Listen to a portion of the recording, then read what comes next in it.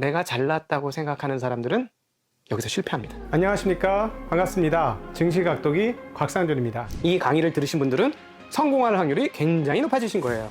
여러분이 투자하신 시간과 가치가 여러분에게 실질적인 노후를 보장하는 수단으로 돌아올 것이라고 저는 믿습니다. 이거 우리끼리 비밀입니다. 이거 딴 데 가서 말씀하지 마세요. 이런 강의하는 사람 거기 아마 제 생각에는 없을 것 같아요. 이건 실전을 해본 사람만 아는 얘기예요. 안녕하세요, 각도기 클리닉 시간이 돌아왔습니다. 오늘 여러분에게 소개해드릴 사연을 보내주신 분은 김봉땡님께서 보내주신 사연입니다. 그 사연이 채택되신 분께는 저희 증시각도기 TV에서 준비한 소정의 상품 치킨 쿠폰 보내드리도록 하겠습니다. 네, 안녕하세요, 각도기님. 유튜브를 통해서 매일같이 뵙는 구독자인 유튜브 필명 김봉달입니다. 저는 지방기업에 재직하고 있으며 나이는 34살입니다.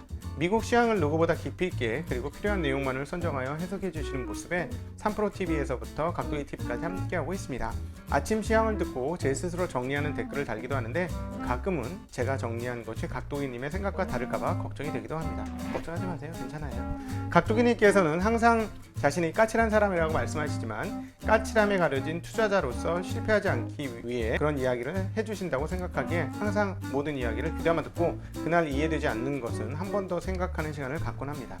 서론이 길었네요. 제가 요즘 하는 가장 큰 고민은 제가 하는 투자 방식이 과연 옳을 것인가 하는 것입니다. 자본적 이득을 획득하는 방법은 여러 방법이 존재한다고 생각하는데 캐피탈 게인과 인컴 게인 중에서 저는 인컴 게인에 즉 배당에 집중적으로 제 포트폴리오를 구성하고 있습니다. 어리다고 하면 어릴 수도 있는 나이지만 제 성향상 배당에 투자하는 것이 가장 마음이 편했습니다. 제 투자 경력은 19년 후반기부터 했으니 오래된 것은 아닙니다. 특히 미국 배당주 투자에 엄청난 매력을 느끼고 미국 배당주 투자를 먼저 시작한 저로서는 가격이 하락하면 할수록 사고 싶은 주식이 많아진다는 생각에 기쁘기까지 했습니다. 또한 행동 투자자 최전선에서 밝혀낸 제3의 부의 원칙이란 책을 읽으면서 ETF를 투자하는 것이 잘 모르고 있다는 자신을 인정하는 것이라는 것을 깨닫고 개별 기업보다는 ETF에 집중하여 투자를 진행하고 있습니다. 비율로 보자면 인컴 투자 70%, 캐피탈 게인 투자 30% 정도라고 생각합니다. 나라별로도 투자를 진행하고 있습니다. 중국 30%, 한국 30%, 미국 40%, 중국의 경우 바이오 및 CDMO 사업에 집중 투자하는 포트폴리오가 되었는데 가장 매력적인 부분을 찾다 보니 바이오 부분이 가장 크게 되었습니다. 한국의 경우 2차 전지 및 밸류에이션이 싸다고 생각했던 금융은행 컨택 주식이 포함되어 있습니다. 미국의 경우 2개의 계좌를 운영하며 1개의 계좌에서는 패시브 ETF로서 지수를 추정하는 것과 레이달리오의 원칙에 추정하는 ETF를 기계적으로 매달 매매하고 나머지 계좌에서는 배당왕 및 배당 귀족주 중에서 배당 락률에 맞춰 투자를 진행하고 있습니다. 제가 가장 마음 편하게 하는 투자이긴 하지만 주위에서 차익을 통한 이익을 얻는 사람들은 제 투자 방식을 보고 겨우 3에서 5%의 배당 수익을 위해서 주식하냐라고 비웃기도 합니다. 그래서 제가 하는 투자 방식을 주위에 잘 얘기하지 않습니다. 주위 사람들에게 제 투자 방식이 답답하다고 생각하는 사람도 있기 때문입니다. 그리고 제가 매달 투자하는 금액이 50만 원 정도밖에 안 돼서 월급의 편차가 존재하여 더 넣는 경우도 있습니다. 과연 이 정도의 금액으로 제가 하는 투자 방식이 맞을까 하는 의문을 갖기도 합니다. 과연 제가 퇴직하는 시기에는 경제적 자유를 누릴 수 있을지 고민이 되기도 합니다.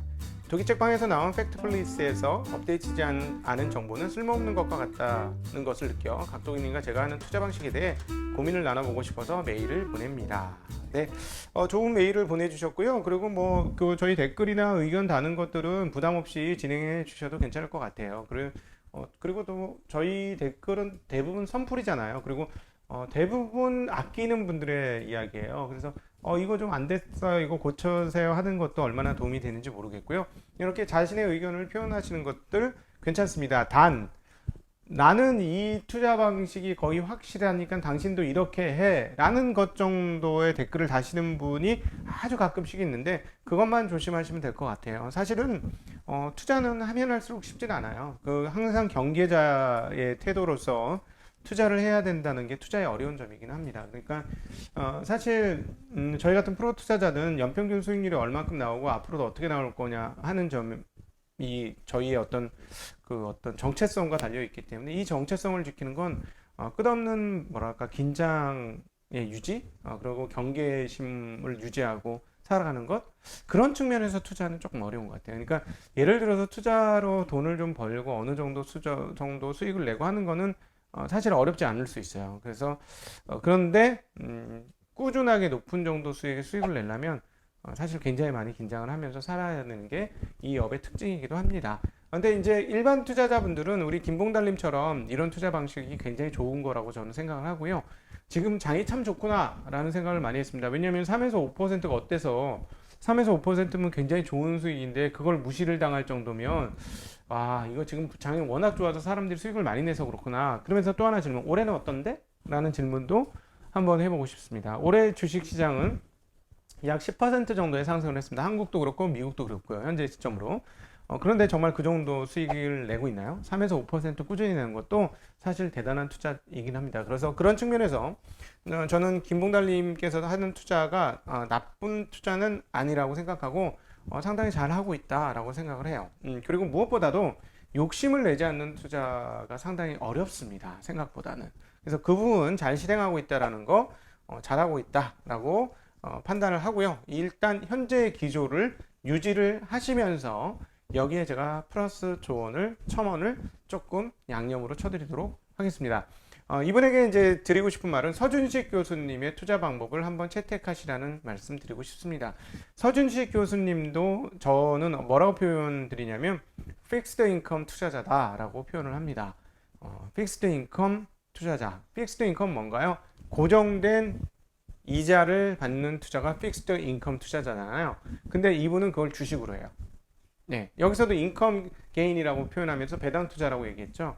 근데 픽스드 인컴 한 주식을 사는데 위로 올라가. 이런 투자를 하시나요? 제가 권해드리는, 김봉달님에게 권해드리는 투자는 바로 그런 겁니다. 픽스드 인컴 같은 것까지는 괜찮아. 근데 픽스드 인컴 플러스 알파가 있어야 돼요. 옵션이 달려 있어야 된다는 거죠. 저희가 주식 투자를 할 때 거의 언제나 정해져 있는 밸류에이션 가치 플러스 알파가 있는 놈들을 굉장히 좋아하거든요. 네, 플러스 알파. 이 알파는 뭐예요? 다양하게 그 각자에 따라 틀려져요. 각자의 레시피에 따라 틀려지는 거예요. 이게 이제 일종의 투자자의 레시피고 일종의 촉이라고 표현할 수 있는 바로 그건데요. 이 알파를 어떤 사람들은 사업의 확장, 산업의 확장에 같이 타고 올라갈 수 있는 그래서 설비 증설이 별로 없음에도 불구하고 사업이 확장으로 인해서 크게 성장하는 그런 걸 찾는 사람이 있고요. 또 하나 기다리면 뭔가 이벤트가 터져가지고 이 이벤트가 터질 때 이 회사의 가치를 확 올려줄 수 있는 그런 것들이 있고요. 그 다음에 이제 배당 투자자 같은 경우는 이런 게 옵션이 되겠죠. 배당 투자자는 내가 투자를 했는데 이 밸류에이션이 너무 낮아. 그래서 이게 가격도 오를 수 있어. 이런 쪽을 생각하시는 게 좋죠. 아니면 이 회사가 예를 들자면 이 회사 너무 좋은데 결국 어떤 다른 회사가 너무 군침을 흘려서 살 거 아닐까? 상당히 비싼 가격을 주고 이 회사의 기술을 사지 않을까? 이런 것들을 찾아내는 것이죠. 그런 것들이 바로 알파의 부분이고 이게 투자자의 레시피가 되겠습니다. 그래서 지금 투자하시는 방법을 포기하지 않고 그대로 유지하시되 이 알파를 찾으십시오. 이 알파를 찾으시면 안정적인 수익 3에서 5% 플러스 알파가 뭐 1년에 한 번이든 2년에 한 번이든 뭐 1년에 몇 번이든 이렇게 터지면서 전체 수익률을 대폭적으로 향상시켜 드리게 될 겁니다. 그래서 이런 부분들을 찾아가면서 투자를 하신다면 굉장히 좋으실 것 같은데 국내 투자 중에서는 그 은행, 금융은행 이런 것들을 하셨다고 했잖아요. 금융은 증권, 보험, 은행이잖아요. 이게 지금 사연이 도착한 지 약간 시간이 있으니까 만약에 올해 작년도에 이렇게 투자하셨다면 알파를 향유하고 계시겠죠.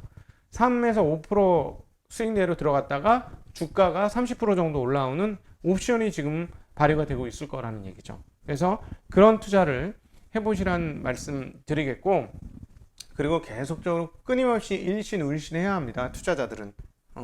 그리고 너무 자기를 확정 짓지 말아야 돼요.